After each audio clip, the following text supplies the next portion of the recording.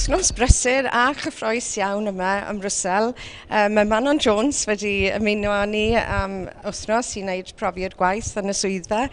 Manon, beth wyt ti wedi bod yn gwneud hyd yma? Popeth, really. Dwi wedi bod yn nifer o gynadlaethau. Mae hwnna'n rili diddorol, yn enwedig gyrru'n amaeth oedd yna dda, a gwrando ar pawb yn siarad eithaf gwahanol hefyd, sy'n dda.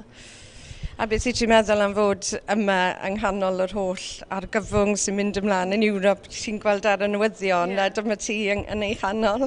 Mae'n neis actually gweld o'n digwydd yn fama yn lle jyst so adre, peidio rili wybod beth sy'n digwydd, a mae'n neis gweld bod plaid yn gwneud pethau yma hefyd.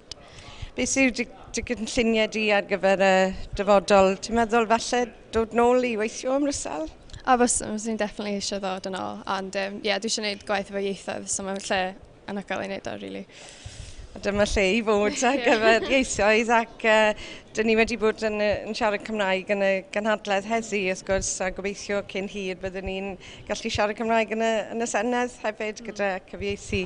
So be fysa ti'n dweud wrth phobl ifanc yng Nghymru ynglyn â edrych ar Ewrop yn y dyfodol? Mae'n jyst lle dda i ddod a mae'n neis fatha actually gwybod beth sy'n digwydd yma a mae rhaid i ni'n gael diddordeb, cos mae'n bwysig i bawb ydy. Diolch yn fawr.